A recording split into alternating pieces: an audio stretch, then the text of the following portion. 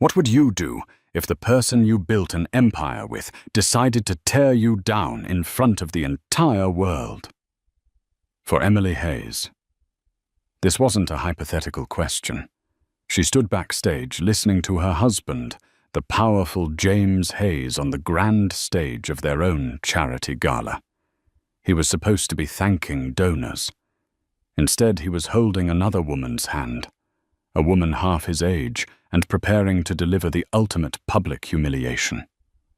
The air in the grand ballroom was thick with champagne and scandal. Thousands of eyes were on him, but they had no idea the real show was about to begin. Because Emily wasn't there to cry. She was there to collect. And she was wearing her secret weapon, a gown made of pure diamonds and devastating truth. The Hayes name was etched in gold on the tallest skyscraper in the city. Hayes Global was a titan of industry, a sprawling empire of logistics technology and real estate. To the public, James Hayes was the charismatic genius who had built it from the ground up. He was the face on magazine covers, the voice in boardrooms, the man who commanded respect with a steely gaze and a smile that could disarm presidents.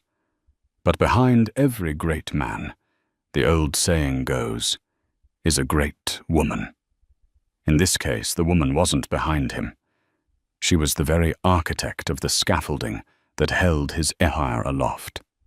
Emily Hayes, his wife of 22 years, was the strategist, the analyst, the quiet force who saw trends before they formed and threats before they materialized. She had met James when he had nothing but a struggling shipping company and a mountain of debt. It was her mind for logistics, her quiet negotiations, and the seed money from her late father's trust that had transformed his fledgling business into a global behemoth. She never wanted the spotlight. She preferred the quiet satisfaction of a perfectly balanced ledger, the thrill of a hostile takeover planned and executed from the shadows of her sprawling home office. James, however, thrived on adoration. He craved the applause, the flash of cameras, the sycophantic laughter of his subordinates. In the beginning, their dynamic worked. He was the sun, and she was the gravity that kept his planets in orbit. But over the last 5 years, the balance had shifted. James's craving for applause had morphed into a desperate need for validation. He began to resent the fact that his most successful ventures were born from her strategies. He'd present her ideas as his own in the boardroom, then return home and criticize her for being too involved, too cold, too corporate. He started to believe his own press, forgetting the woman who had ghost-written the script of his success. The distance between them grew from a crack to a chasm. He spent more nights working late, a tired euphemism that fooled no one, least of all Emily. She saw the credit card statements, dinners at restaurants she'd never been to, jewelry from Cartier. She'd never receive weekend trips to private islands she'd never see. The other woman was Chloe Summers, a 24-year-old aspiring actress who had found her most lucrative role yet as James Hayes's mistress. She was everything Emily was not, bubbly vapid and publicly adoring. She hung on his every word, validating the fragile ego of a man who had everything but couldn't stand the fact that he hadn't earned it alone. Emily could have fought him, screamed thrown porcelain vases against the marble walls of their penthouse. But that wasn't her way.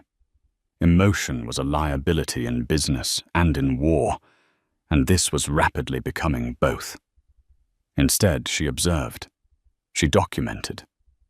She planned. While James was wining and dining, Chloe Emily was having quiet meetings with Marcus Thorne, her fiercely loyal and razor-sharp attorney. She was tracing the flow of money, the illegal transfers from corporate accounts, to Chloe's personal slush fund. She was moving her own assets, fortifying her position, and preparing for a battle James didn't even know was coming. The catalyst was the 20th Annual Hayes Foundation Charity Gala, the pinnacle of the city's social calendar. It was an event Emily had founded and meticulously planned every year. This year, however, James had taken over, claiming she needed to rest. He told her he was handling everything. Emily knew exactly what that meant. It was a power play, a public demotion. A week before the gala, her private investigator delivered a packet of information that turned her blood to ice. It wasn't just about the affair anymore. James, advised by a new sycophantic board he had installed, was planning a corporate restructuring. The plan was to create a new parent company, transfer Hayes Global's most valuable assets to it, and install himself as the untouchable chairman. He had found a loophole in their prenuptial agreement that would, he believed, leave Emily with a handsome but ultimately powerless severance. He was cutting her out, not just from his life, but from the empire she had built. The gala was his stage. He planned to announce the new direction for the company, and with Chloe on his arm, subtly introduce her as the new woman in his life, painting Emily as the estranged, bitter wife who was being left behind.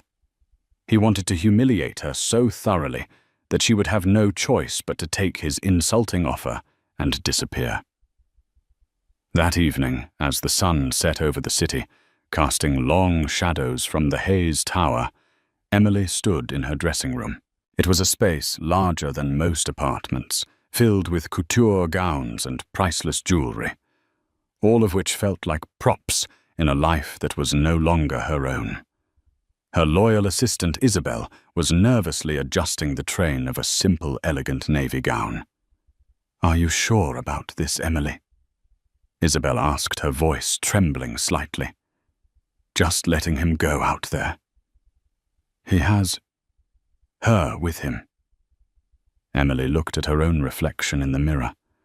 The woman staring back was not the bright-eyed girl who had fallen for a charismatic dreamer. This woman's eyes were like polished steel. There were faint lines of exhaustion around them, but they held a fire that had been dormant for too long. "He's counting on me to hide, to cry, or to make a scene," Emily said, her voice calm and even. "He's expecting a wife. He's not prepared for a CEO."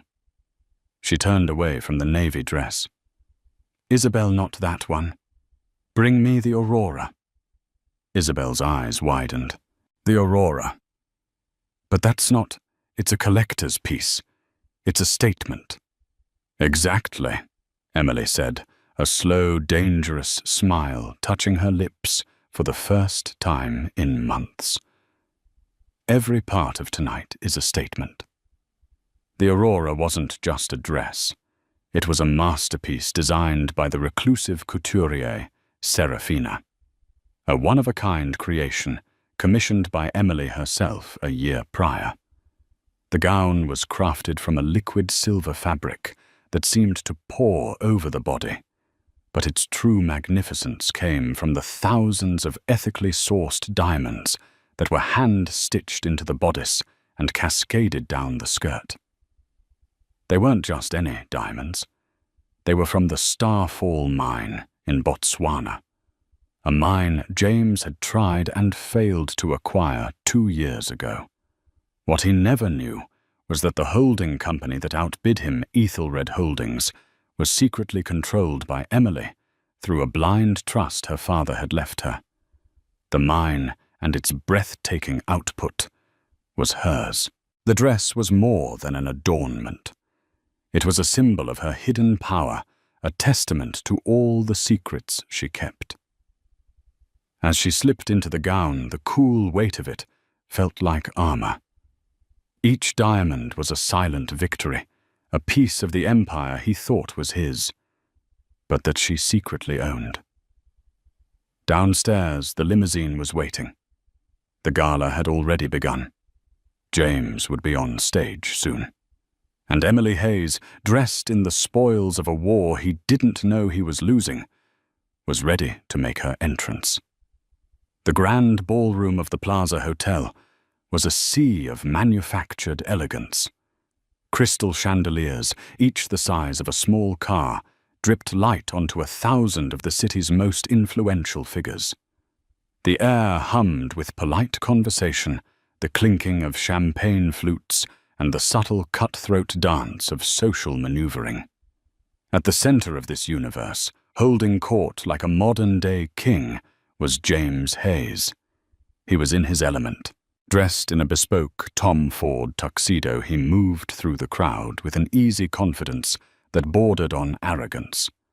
He shook hands with senators, clapped bankers on the back, and kissed the cheeks of society doyens, all while keeping a proprietary hand on the small of Chloe Summers's back. Chloe was a vision in crimson, a stark, loud contrast to the ballroom's sophisticated palette. Her dress was daringly low-cut, her laughter a little too loud, her eyes scanning the room, not with the poise of an invited guest, but with the triumphant glee of a conqueror.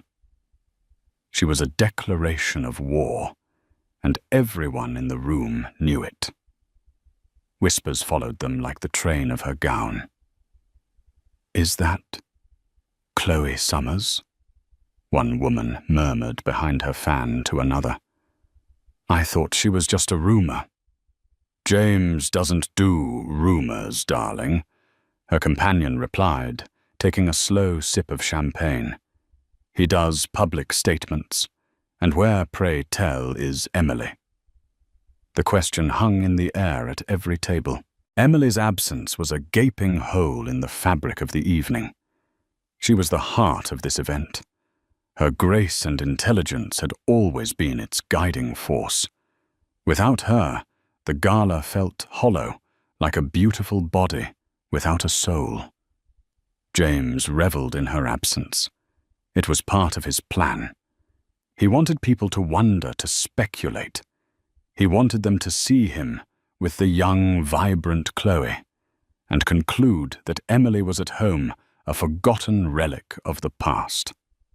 He made his way to the head table, where several key members of the Hayes Global Board were seated. Among them was Alistair Finch, a silver-haired old-money titan who had been on the board since its inception. Alistair had been a friend of Emily's father, and had always held a deep, quiet respect for her business acumen.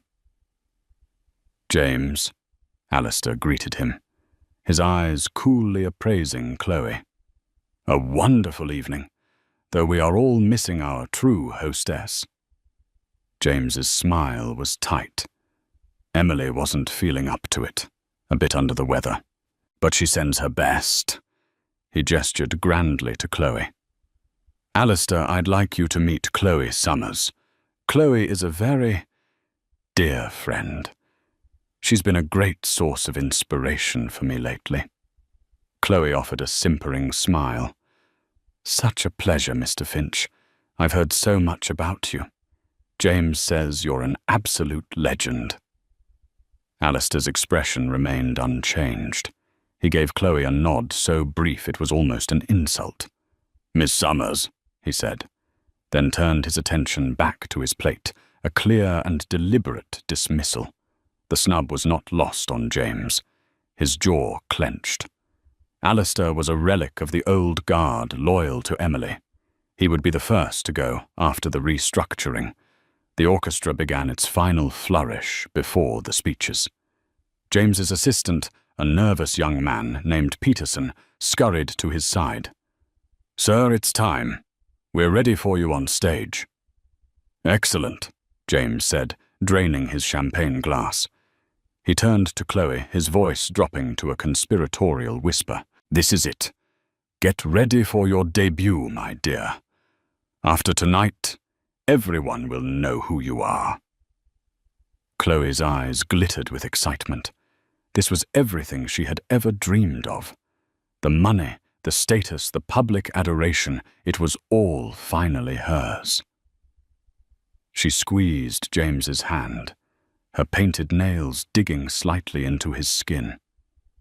"I'm ready, James. I won't let you down." James walked towards the stage, the spotlight finding him and following him like a loyal pet. The room fell silent. He tapped the microphone, the sound echoing through the vast space. "Friends, partners, colleagues," he began, his voice smooth and commanding. "Welcome. 20 years we have hosted this gala, and every year we break records, raising millions for children's literacy programs. It is a testament to the power and generosity of everyone in this room." He paused, letting the polite applause wash over him. But traditions, as wonderful as they are, must sometimes evolve. Greatness is not achieved by standing still.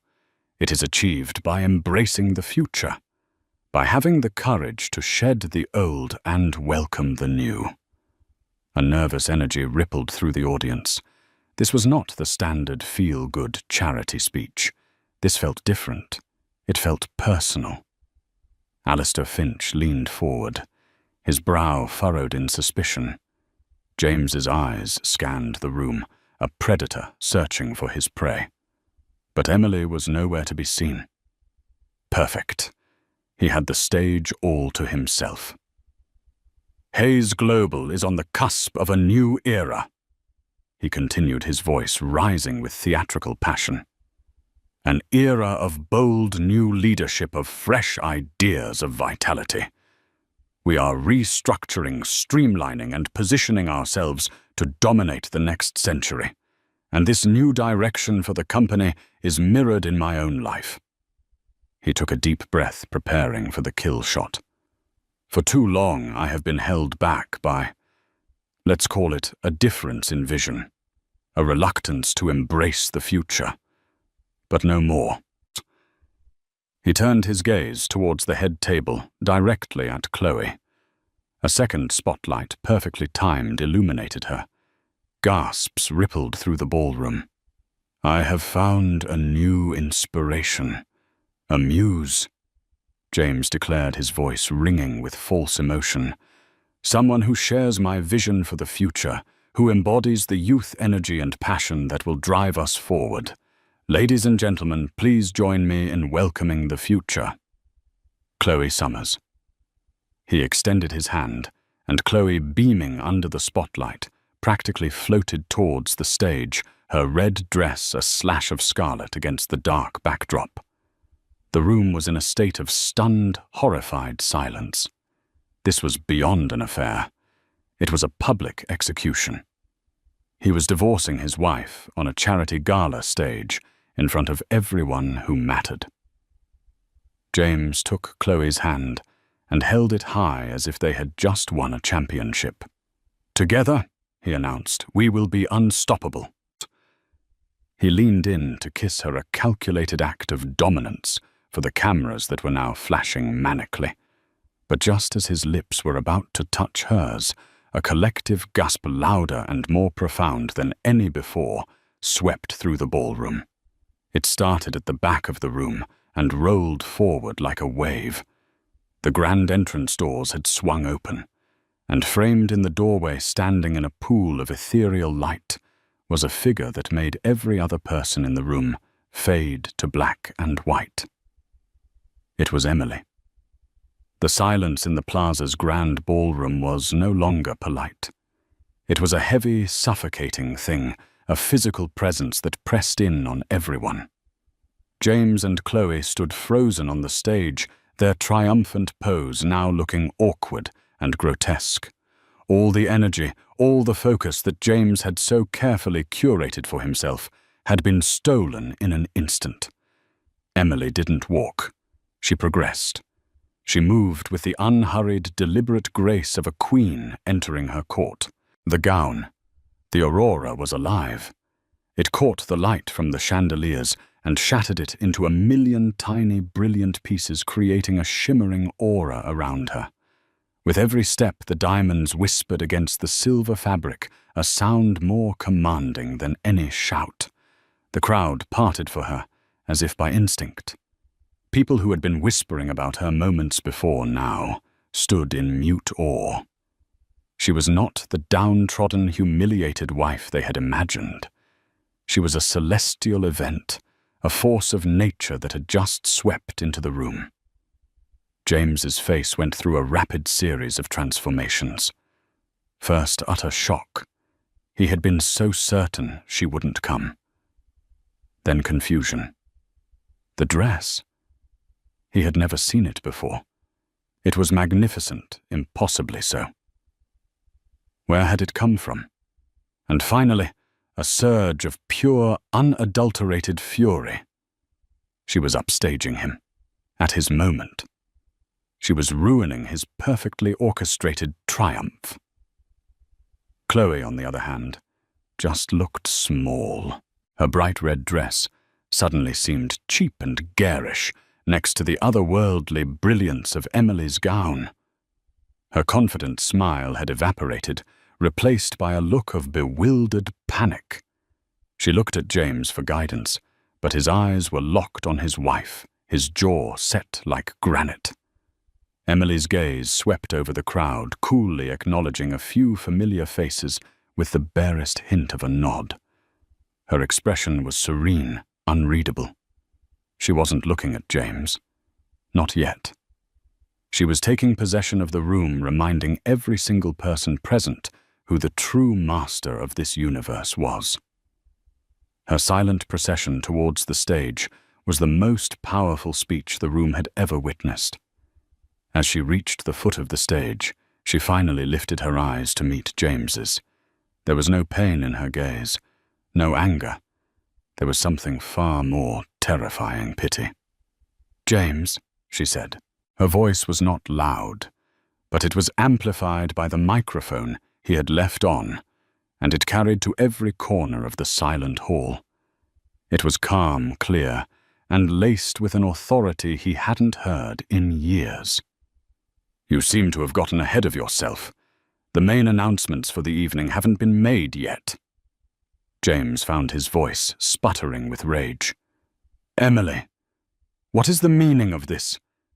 You were supposed to be. You said you were ill." "I was," she replied smoothly, placing one hand on the railing of the stage steps. "I was sick of the lies, sick of the theft, sick of your profound and unending mediocrity. But I'm feeling much better now." A nervous titter went through the crowd. This was better than theatre. She ascended the steps, her diamond-encrusted train whispering behind her. Chloe, seeing her approach, instinctively took a step back, as if Emily were physically radiating a cold she couldn't bear. Emily stopped beside James so close he could see the flawless fire in the diamonds on her bodice. They were worth more than the penthouse he thought they shared. "A new era for Hayes Global, you said," Emily continued, turning to address the audience, effectively dismissing her husband. "I couldn't agree more. Courage to shed the old and welcome the new. An excellent sentiment." She turned her head slightly to look at Chloe, her eyes doing a slow, deliberate scan from the younger woman's overly styled hair down to her designer shoes. "Though I do believe you've misunderstood what the old is that needs shedding." Chloe flushed a deep, mottled red, a mixture of humiliation and fury. "I don't know who you think you are," she began, her voice high and shrill. "Oh, but you do." Emily cut her off, her tone dropping to a glacial calm. "You know exactly who I am. I'm the woman whose corporate accounts you've been using as your personal piggy bank. Let's see. $50,000 for a weekend in St. Bart's, coded as client relations. A 120,000 Patek Philippe watch, listed as executive bonuses. And my personal favorite, a lease on a Park Avenue apartment filed under satellite office expansion. Very creative." Chloe's face went white. The crowd gasped. This wasn't just an affair. It was a criminal accusation. James grabbed Emily's arm. "That's enough," he hissed, his voice a venomous whisper, meant only for her. "You're making a fool of yourself." Emily looked down at his hand on her arm, then back up to his face. "Take your hand off me, James," she said, each word a perfectly enunciated threat. "Or the next thing I discuss will be the Cayman Islands accounts and the fraudulent revenue reports from the last 2 quarters. James snatched his hand back as if he'd been burned. The blood drained from his face. How? How could she possibly know about that?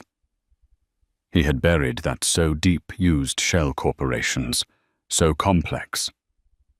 Not even the best forensic accountants could trace them. He looked out at the sea of faces, his board members, his investors, his rivals all staring at him, their expressions shifting from shock to suspicion. The narrative he had so carefully crafted was shattering around him. He was no longer the king on stage. He was a cornered animal. "Ladies and gentlemen," Emily announced, her voice ringing with newfound power as she took control of the microphone James had abandoned. "My husband is right. Tonight is about the future. It's about a necessary and long overdue restructuring, which is why I took the liberty of filing a motion this afternoon." She reached into a small diamond-studded clutch that had been almost invisible against her gown. She pulled out a single folded document. "This gala is no longer just a charity event," she declared, her eyes finding Alistair Finch in the crowd and giving him a knowing look. "As of 2 hours ago, with the support of 52% of the voting shares of Hayes Global, this has been officially declared an emergency shareholders' meeting." The room erupted in a roar of astonished murmurs. 52%. How was that possible? James only controlled 45%. Emily held 25%. That only made 70%.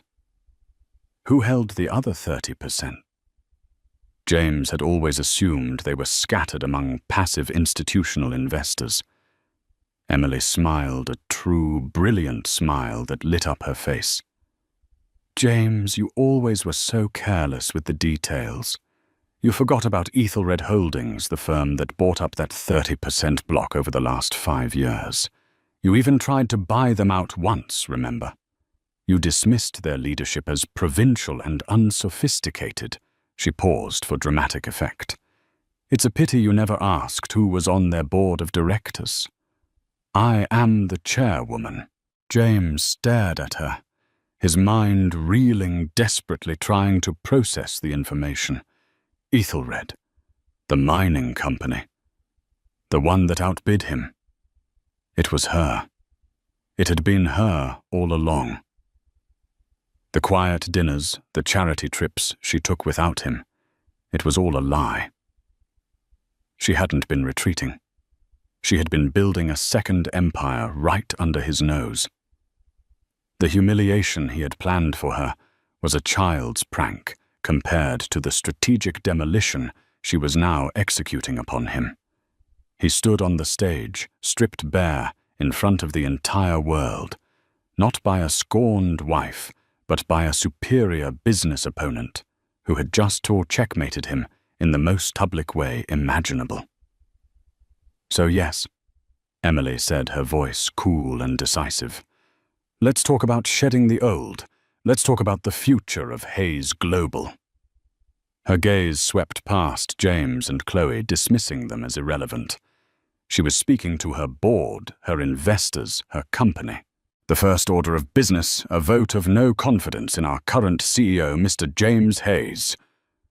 The words "vote of no confidence" hung in the air, charged and dangerous. For a moment, the only sound was the frantic clicking of cameras as press photographers, who had been invited to capture a society event, realized they were now documenting the corporate coup of the decade. James stood as if turned to stone, his mind a maelstrom of denial and rage. This couldn't be happening. He was James Hayes. He built this company. The shares, the board, they were his. The idea that Emily, quiet, predictable Emily, could orchestrate something of this magnitude was so preposterous it felt like a hallucination, but the look on Alistair Finch's face told him it was very real. The old man was not shocked. He was watching Emily with a look of profound, undisguised admiration. He rose slowly from his seat, his commanding presence drawing the attention of everyone at the head table. As a senior board member and a representative of my own family's considerable share block, Alistair announced, his voice booming through the ballroom. I second the motion. Another board member, a shrewd woman named Evelyn Reed, who had long suspected James of cooking the books, stood up. I also second the motion. One by one, the people James had considered his allies, or at least his pawns, began to see the new direction the wind was blowing. They saw Emily not just in a stunning gown, but clad in the unassailable armor of a majority shareholder. They saw the hard evidence of her claims in the panicked sweat beading on James's brow. Loyalty in their world was a currency, and James's had just been declared worthless. This is absurd, James finally roared, finding his voice. He lunged for the microphone, but Emily simply took a step to the side, holding it out of his reach. He looked like a clumsy bear trying to snatch a butterfly. Security, he bellowed, his face turning a blotchy purple. Get her off the stage. Two burly men in black suits at the side of the stage looked at each other, then at Emily, then back at James. They didn't move. They, like everyone else, were waiting to see who was actually in charge. Emily gave a small, almost imperceptible shake of her head. That won't be necessary. James, the vote is already a formality. The proxies were filed this afternoon. The motion passes. You are effective immediately removed as CEO and chairman of the board of Hayes Global. She turned to the stunned crowd. I have here, she said, holding up a sleek tablet that Isabel, her assistant, had just discreetly handed to her from the wings of the stage, a preliminary report from the forensic accounting team I hired 3 months ago. It details the misappropriation of over $90 million in corporate funds. Some of it went to fund a lavish lifestyle for Miss Summers. She flicked her eyes towards Chloe, who looked as if she might faint. But the vast majority went into a series of offshore accounts under the name Prometheus Holdings. A little on the nose for you, James, don't you think? The mention of Prometheus Holdings was the final nail in the coffin. It was his secret escape fund, the one he planned to flee with after gutting the company. She knew everything. Every dirty deal, every secret account, every lie he had ever told. The intricate web of deceit he thought made him a genius now felt like a noose tightening around his neck. Chloe, finally grasping the totality of her situation, began to back away. Her dreams of becoming the next Mrs. Hayes of a life of endless luxury had evaporated. She was now implicated in a multi-million-dollar fraud. Her association with James had turned from a winning lottery ticket into a life-ruining liability. With a small, pathetic whimper, she turned and fled, pushing her way off the stage and disappearing into the shocked crowd. No one tried to stop her. She was a footnote in a much larger story. James watched her go, his last prop, his symbol of a vibrant future, abandoning him on the sinking ship.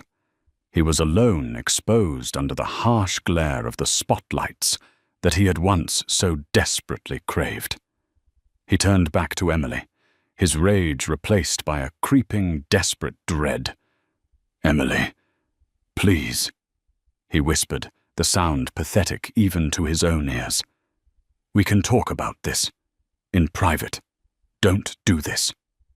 Emily looked at him, and for the first time she allowed a flicker of her own long-buried pain to show in her eyes.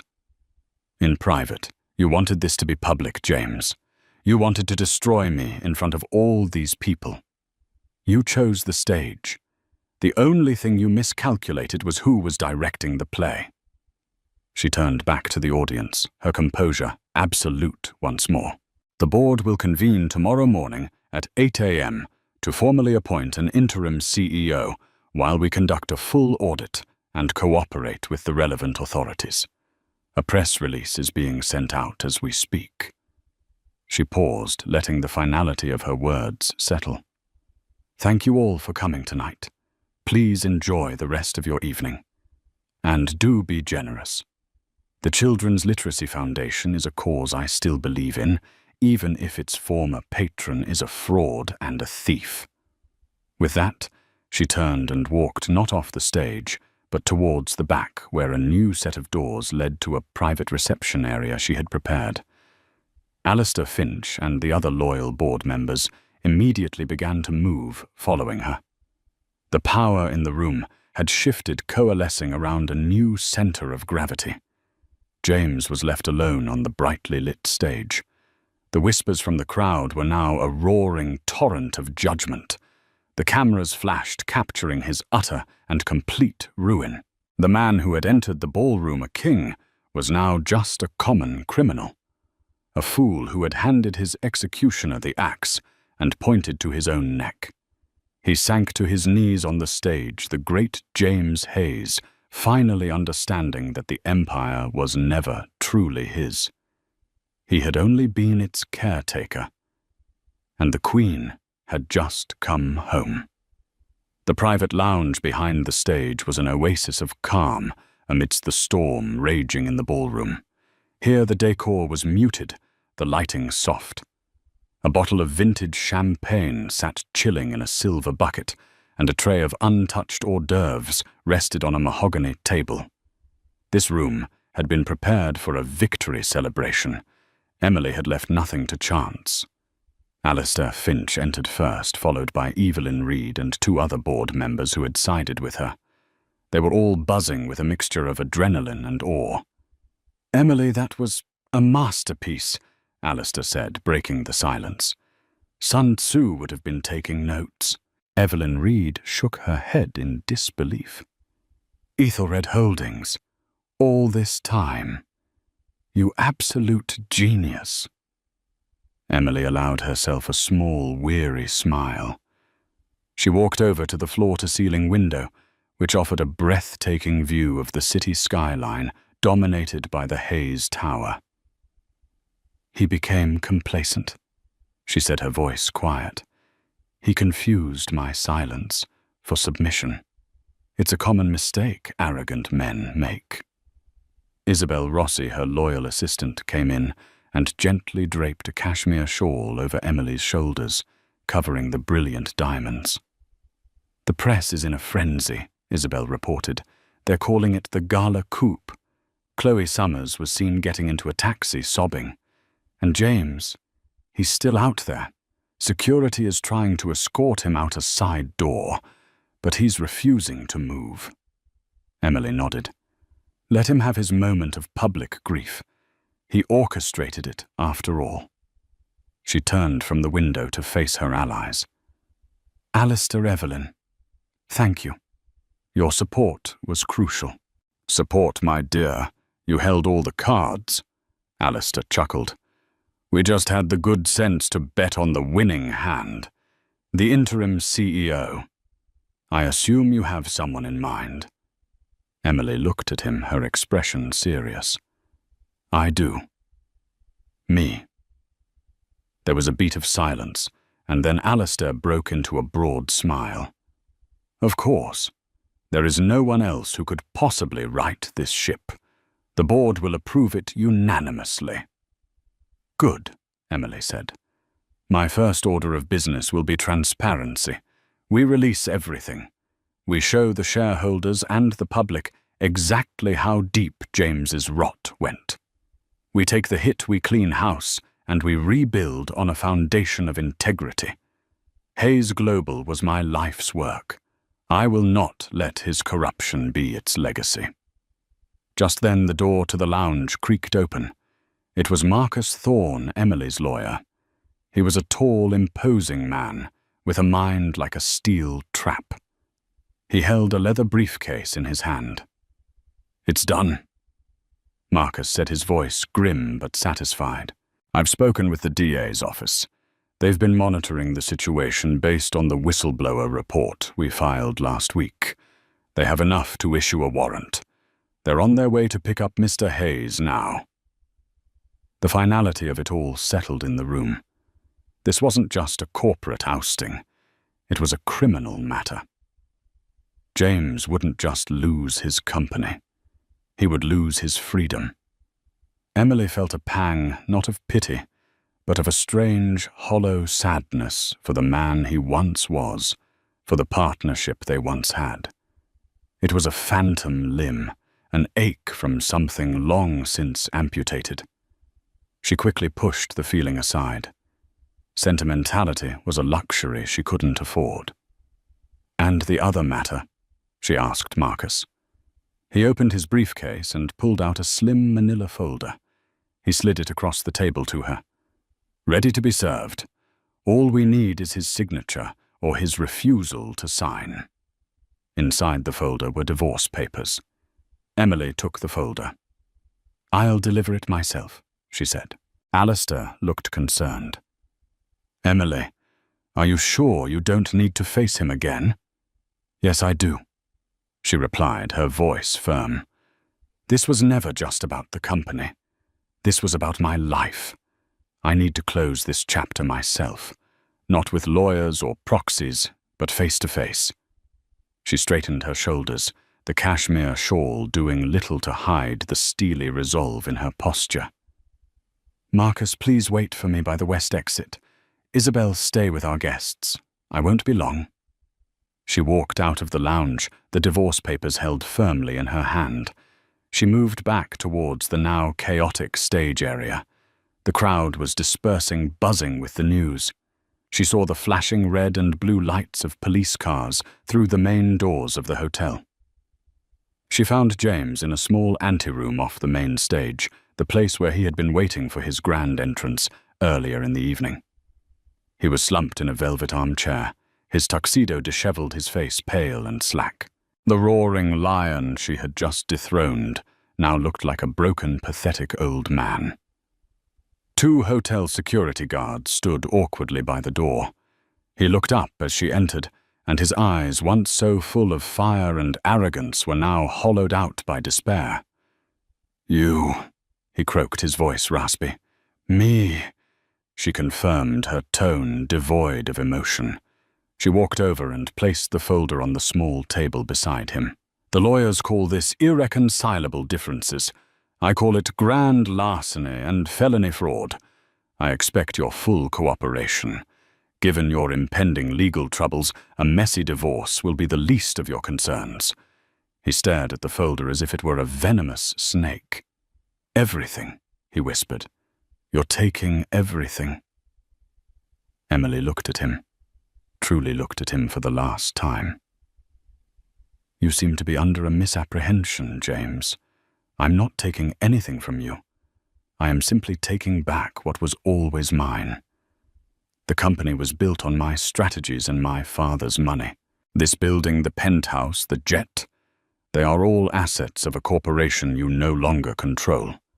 The only thing you ever truly built on your own was this mountain of lies. And now you get to live in its rubble." He finally broke the last vestiges of his pride crumbling.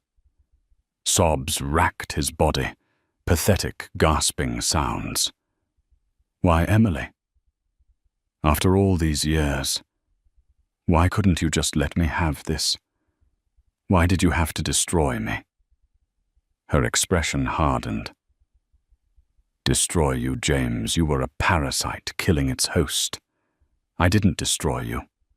I simply performed an excision. I cut out the cancer so that Hayes Global and I could finally heal." She turned to leave her back straight, her steps sure. She didn't look back.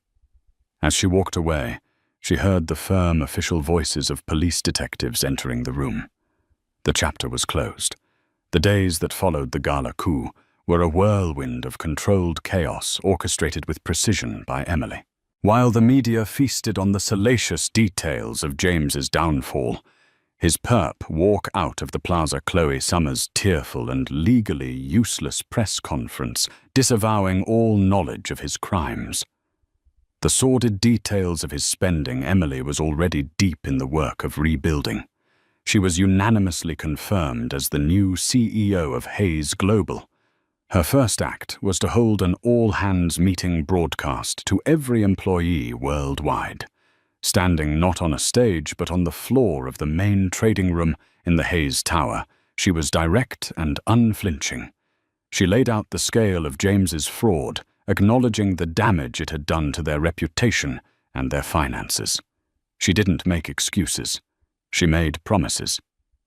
The era of ego is over, she told them, her voice resonating with an authenticity the company hadn't heard in years. The era of integrity has begun. We will be transparent, we will be accountable, and we will work twice as hard to earn back the trust we have lost. Your jobs are secure. Your future is here. Hayes Global is not one man. It is all of us, and I am proud to lead you. The speech was a masterstroke. It quelled panic, inspired loyalty, and signaled to the market that the company was in steady, capable hands. The stock, which had plummeted in the immediate aftermath of the news, began to stabilize and then slowly, surely, climb back up. The legal fallout for James was swift and brutal. Faced with a mountain of irrefutable evidence compiled by Emily's team, he had no choice but to plead guilty. The judge, citing the egregious breach of fiduciary duty and the sheer scale of the theft, sentenced him to 15 years in a federal correctional facility. His assets were frozen, and what little he had in his own name was seized to pay a fraction of the restitution fines. The man who once commanded $1 billion empire was left with nothing but a prison jumpsuit and the bitter taste of regret. Chloe Summers faded back into the obscurity from which she came. Implicated in the scandal, but ultimately deemed more of a pawn than a player, she avoided jail time in exchange for her testimony against James. The last anyone heard, she was working as a hostess at a mid-range restaurant in Los Angeles, her dreams of fame and fortune reduced to seating dinner reservations. Emily, meanwhile, was thriving. It was as if a great weight had been lifted from her. Freed from the emotional labor of managing James's ego, she poured all her formidable energy into the company she loved. She promoted talented people James had overlooked, scrapped his vanity projects, and invested heavily in the innovative tech divisions he had starved of funding. She worked tirelessly, but it was a joyful, energizing work, not the draining, soul-crushing effort of her past life. Her divorce from James was finalized with quiet efficiency. He signed the papers from his holding cell, a broken man with no leverage left to fight. Emily legally reclaimed her maiden name, becoming Emily Sterling. It felt right. She was no longer an extension of the Hayes name. She was her own person, forged in steel and polished by fire. Alistair Finch became her most trusted advisor on the board, a source of wisdom and unwavering support. "I knew your father well," he told her one afternoon over lunch in the executive dining room. "He always said you were the brilliant one. He would be immeasurably proud of the woman you've become, Emily." Coming from the reserved and stoic Alistair, it was the highest praise imaginable, and it moved Emily more than any public accolade. She had not only reclaimed her company, she had honored her father's legacy, and more importantly, forged her own. The Aurora gown was carefully cleaned and put into archival storage. It had served its purpose. It was a beautiful piece of armor, but she no longer needed it. Her power now was not something she had to wear. It was something she simply was. It was in her voice as she commanded a boardroom in her mind, as she mapped out a 5-year growth strategy, and in her step as she walked through the halls of her company. She had been underestimated, betrayed, and publicly targeted for humiliation. They had all mistaken her quiet competence for weakness. They had never imagined that beneath the placid surface of the dutiful wife lay the mind of a brilliant strategist and the heart of a warrior. They had wanted to write her out of the story, but they had only succeeded in giving her the pen to write a new, triumphant ending for herself. 6 months after the gala, the Hayes Tower was officially renamed the Sterling Tower. The gold lettering that had once spelled out James's name was carefully removed, replaced by the clean, elegant lines of Emily's. The change was more than symbolic. It was a declaration. A new era had truly begun. Emily stood in her office, which occupied the entire top floor. It was the same space James had once used, but she had redecorated it entirely. The heavy dark wood and ostentatious furniture were gone, replaced with clean lines, modern art, and an abundance of natural light. It was a space for work and clarity, not for ego and posturing. Her schedule was packed. A meeting with the head of R&D about a breakthrough in sustainable logistics, a call with the German finance minister, a final review of the quarterly earnings report, which was projected to be the best in the company's history. She was in her element, thriving on the challenges and the responsibility. Her phone chimed. It was a message from Isabel. "He's here." Emily took a deep breath and smoothed down her impeccably tailored dress. "Send him in." A moment later, the door opened and Marcus Thorne entered, followed by a man Emily hadn't seen in person since that fateful night. It was James's son from his first marriage, a quiet, serious man named Daniel Hayes. He had always been estranged from his father, put off by his bombastic personality and blatant infidelity. Emily, however, had always maintained a cordial if distant relationship with him. "Daniel," she said, coming around her desk to greet him. "Thank you for coming." "Emily," he said, shaking her hand. He looked older, worn down by the public shame of his father's actions. "Or should I be calling you Ms. Sterling now?" "Emily is fine," she said with a warm smile. "Please sit." They sat in the comfortable chairs by the window, the city sprawling beneath them.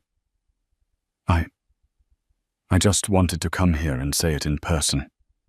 Daniel began, struggling to find the words. "What my father did to you, to the company, it was unforgivable. I'm so sorry." "That is not your apology to make, Daniel," Emily said gently. "You are not your father." "I know, but the name, it feels tarnished," he admitted. "Which brings me to why I'm here. I run a small non-profit that builds schools in developing countries.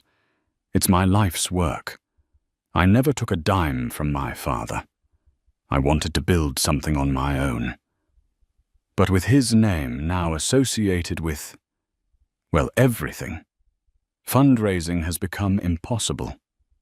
No one wants to be associated with the name Hayes." He looked down at his hands. "I'm going to have to shut it down. The children we were helping, they're going to pay the price for his crimes." Emily listened patiently, her expression unreadable. When he finished, she was silent for a long moment, looking out at the city. "Your father's legacy is one of greed and destruction," she said finally, her voice soft but firm. "But a name is just a name. It's the actions behind it that give it meaning. You have been doing good, honorable work, Daniel. That work should not be another casualty of his corruption." She swiveled in her chair to face her desk and pressed a button on her intercom. "Isabel, could you bring in the portfolio for the Sterling Foundation, please? A moment later, Isabel entered and handed Emily a thick binder. Emily opened it and slid it across the table to Daniel. This is the new philanthropic arm of the company, she explained. Its primary mission is funding global education and literacy initiatives. I've been looking for a flagship partner, a program with a proven track record, and a leader with integrity. Your non-profit is at the top of my list. Daniel stared at the binder, then back at her, his eyes wide with disbelief. You want to fund us? I want to acquire you, Emily corrected him gently. I want to bring your entire operation under the Sterling Foundation's umbrella. I will give you a 10-year, 8-figure operational budget, a full administrative staff, and the logistical support of a global corporation. You will have a seat on the Foundation's board. All I ask is that you continue to do the wonderful work you've been doing, but on a scale 10 times larger than you ever imagined. Daniel was speechless. Tears welled in his eyes. Emily, I don't know what to say. Why? Emily stood up and walked back to the window, looking down at the Sterling Tower's name gleaming in the afternoon sun. Because this was never about revenge, Daniel, she said. Revenge is a barren victory.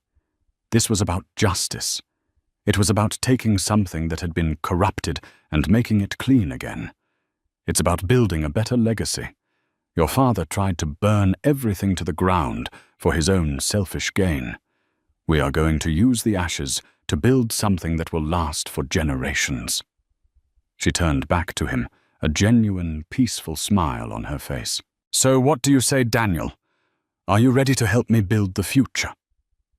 He stood up, his face a mask of profound gratitude, and shook her hand firmly. Yes, he said, his voice thick with emotion. Yes, I am. As he left her office, Emily remained at the window watching the endless flow of traffic far below. She had been trapped in a gilded cage for years, but she had not let it break her. She had used her time to learn to plan and to grow stronger in secret. And when the moment came, she had not just escaped the cage. She had melted it down and reforged it into a crown. The city stretched out before her, not as a kingdom to be ruled, but as a world of infinite possibility. And for the first time, in a very long time, she was truly free. Emily Sterling's story is a powerful reminder that the quietest person in the room is often the most powerful. It's a testament to the fact that true strength isn't about loud declarations and public displays of ego. It's about meticulous planning, unwavering resolve, and the courage to reclaim what is rightfully yours. She turned her deepest betrayal into her greatest triumph, not through vengeance, but through sheer brilliance. If you were moved by Emily's incredible journey from a gilded cage to the CEO's chair, please let us know in the comments below. What part of her story resonated with you the most? We all face moments where we feel underestimated or overlooked. Her story teaches us to bide our time, gather our strength, and when the moment is right, create our own stage. Don't forget to like this video if you believe in justice and empowerment, and share it with someone who needs a reminder of their own inner strength.